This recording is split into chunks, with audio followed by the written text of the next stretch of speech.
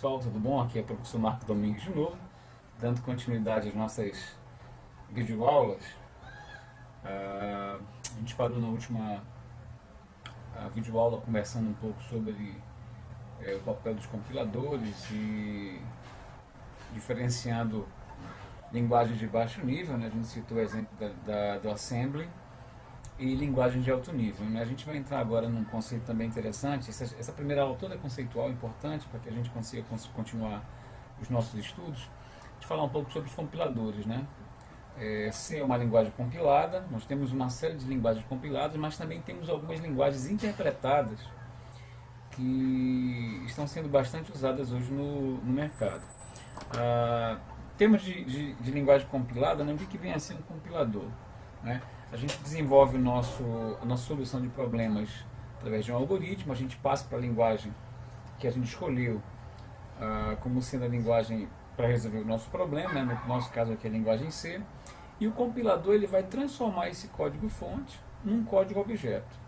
Então uma linguagem bem próxima da linguagem de máquina. Né? Algumas linguagens, como Java, por exemplo, passam desse código compilado, lá no caso de Java é chamado de bytecode, para um ambiente que a gente chama de máquina virtual, e nessa máquina virtual Java, essa máquina interpreta esse código-objeto que foi gerado pelo processo de compilação.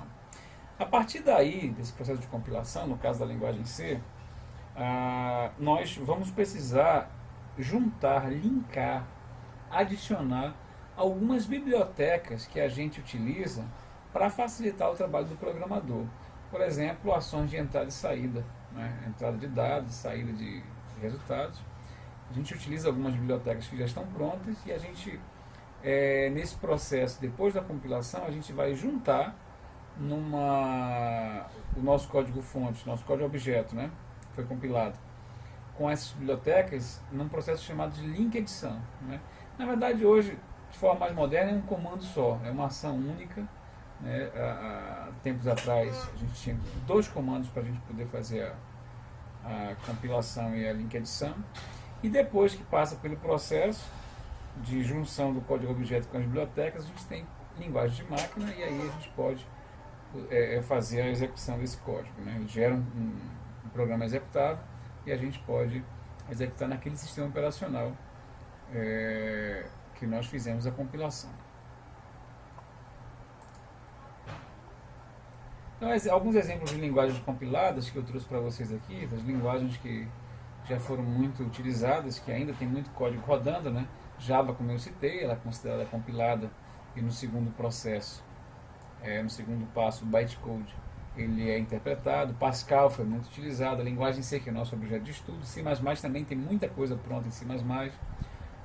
O COBOL também tem muito código pronto, muito código do sistema bancário ainda é escrito em COBOL. Aqui em TADS, né, TADS, a gente tem um aluno da velha guarda do COBOL e ele sempre tem comentado que quando os bancos, sobretudo o sistema bancário, tem algum problema para resolver o código em COBOL, essa velha guarda toda é convocada para fazer a manutenção dos códigos que são feitos em COBOL. Fortran é uma linguagem para resolução de problemas científicos. Ainda hoje é muito utilizada, sobretudo na área da física.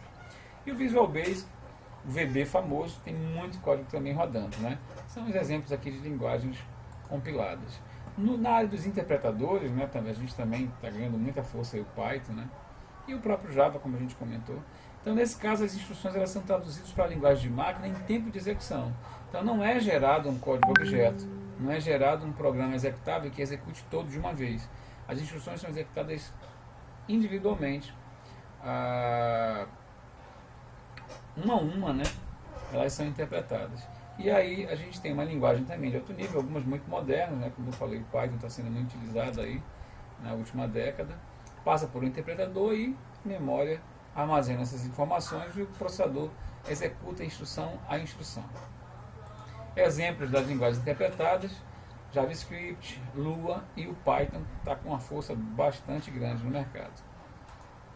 Bom, a gente vai voltar um pouco à questão da maneira como a gente vai resolver programas, né?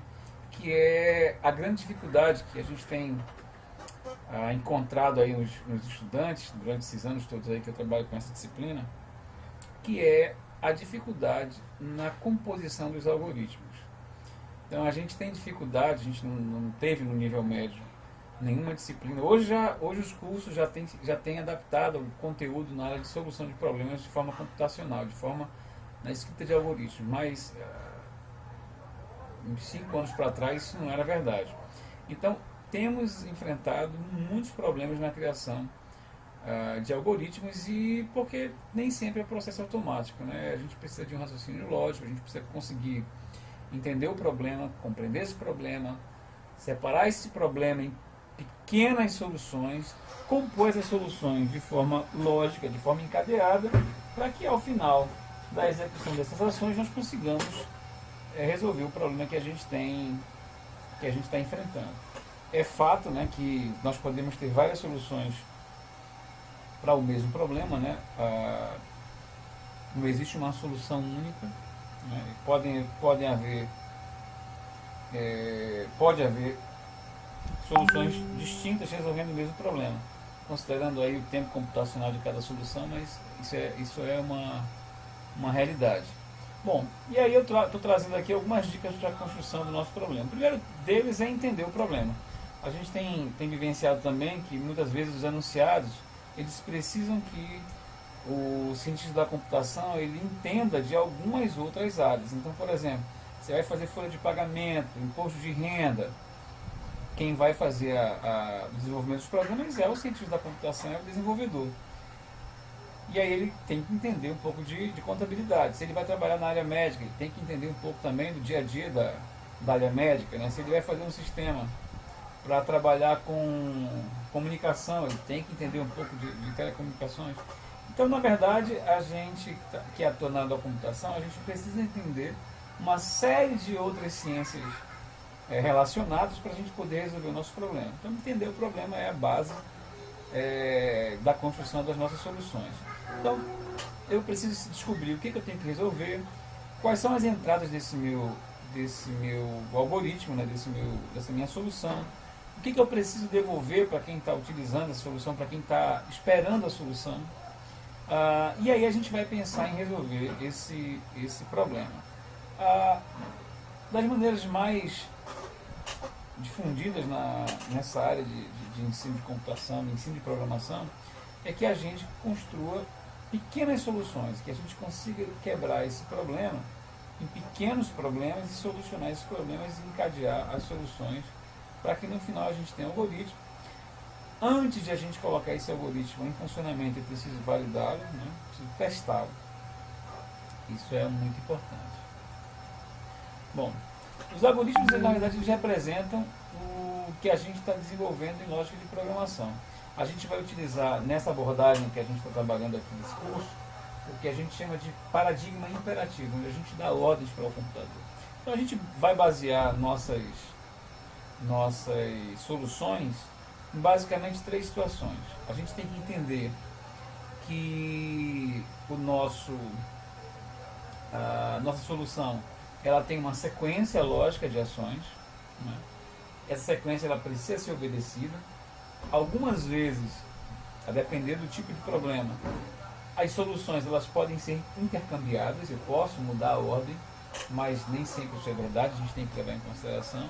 Em algumas situações eu vou precisar definir uma segunda opção. Então eu venho numa linha de execução e eu preciso fazer uma pergunta. Se acontecer alguma coisa, eu tomo um caminho, se acontecer uma outra coisa, eu tomo um outro caminho. No contexto desse paradigma imperativo, a gente só tem 2 situações possíveis.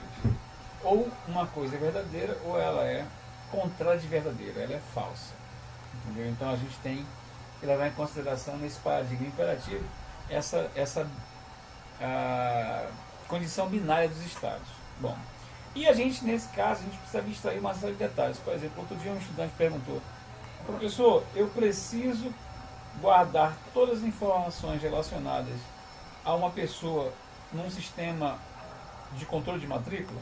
Eu preciso colocar, por exemplo, o cartório em que essa pessoa registrou a certidão de nascimento? Eu preciso colocar o documento do plano de saúde dele? a carteira de motorista, e aí você tem que ter bom senso em trazer para o sistema as informações que são realmente pertinentes àquele problema que você está atacando. Se você for trazer todas as informações relacionadas a uma pessoa, aquele sistema vai ficar muito grande, aquele banco de dados para armazenar vai ficar muito grande.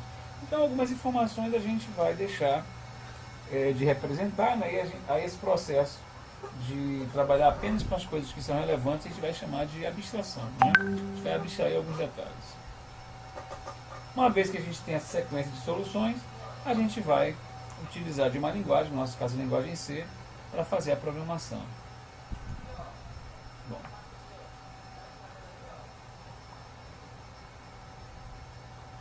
Dos desafios, né, a gente tem, como eu comentei, né, um exemplo que eu estou trazendo aqui para vocês, 3 desafios. Um deles é para vocês pensarem numa sequência, né? Imagina que a gente tem ali no banco 24 horas que a gente utiliza para sacar dinheiro, uma sequência de passos. Eu queria que vocês pensassem nessa sequência de passos, escrevessem em linguagem livre, linguagem natural, escrevessem como é que é essa sequência. Então imagina que você está chegando no banco 24 horas e aí você está tentando fazer um saque. Descreve isso aí, não tem, é um exercício livre, a gente não está avaliando isso, mas eu queria que vocês tentassem construir esse pensamento algorítmico. O segundo exercício é adicionar testes condicionais. Então, por exemplo, como é que a gente trocaria uma lâmpada? Como é que eu posso substituir uma lâmpada que está queimada? Então você tem uma outra lâmpada, essa lâmpada você não sabe se ela está boa ou se ela está ruim. Então tem um procedimento aí que você tem que tomar, e aí eu pediria que vocês considerassem a questão de uma pergunta, né? Essa lâmpada está queimada, sim ou não? Verdade ou falsidade? Considerasse no algoritmo esse tipo de condição.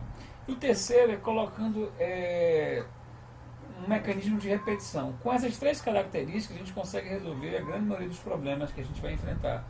O mecanismo de repetição, por exemplo, ele vai se preocupar em representar essa interação, né? Iteração entre ações. Vamos dar um exemplo que eu estou pedindo para vocês da receita de bolo. A gente sabe que os bolos eles levam ovos, né? E que a gente tem que colocar, sei lá, 5, 6 ovos, mas o ovo a gente só sabe se ele está bom depois que a gente quebra. Então, numa solução de forma algorítmica para fazer um bolo, a gente tem que selecionar os ovos. Então eu tenho que fazer uma seleção, eu tenho que usar o if, né? Eu tenho que usar se o ovo está bom, eu coloco na tigela, né? No bowl, mas eu preciso repetir essa seleção do ovo bom até que na tigela eu tenha a quantidade de ovos bons para o meu bolo. Então eu tenho que repetir uma ação. Então eu queria que vocês pensassem numa forma de a gente trabalhar uma receita de bolo usando essas 3 situações. A sequência, quando for necessário, o uso da seleção, baseado em 2 estados, ou está bom ou está ruim, e os mecanismos de repetição, sobretudo nessa questão da colocação dos ovos bons, né, e da contagem. Né. Em algum momento eu vou colocando ovos, mas eu não vou colocar infinitos ovos, eu vou colocar uma quantidade X, e eu preciso parar quando essa quantidade X for alcançada. Ok? Isso não é para entregar, é para vocês fazerem um exercício livre. Bom, por que vamos usar a linguagem C? Eu vou parar por aqui porque já tem 13 minutos de vídeo aula e a gente continua no próximo vídeo. Um abraço.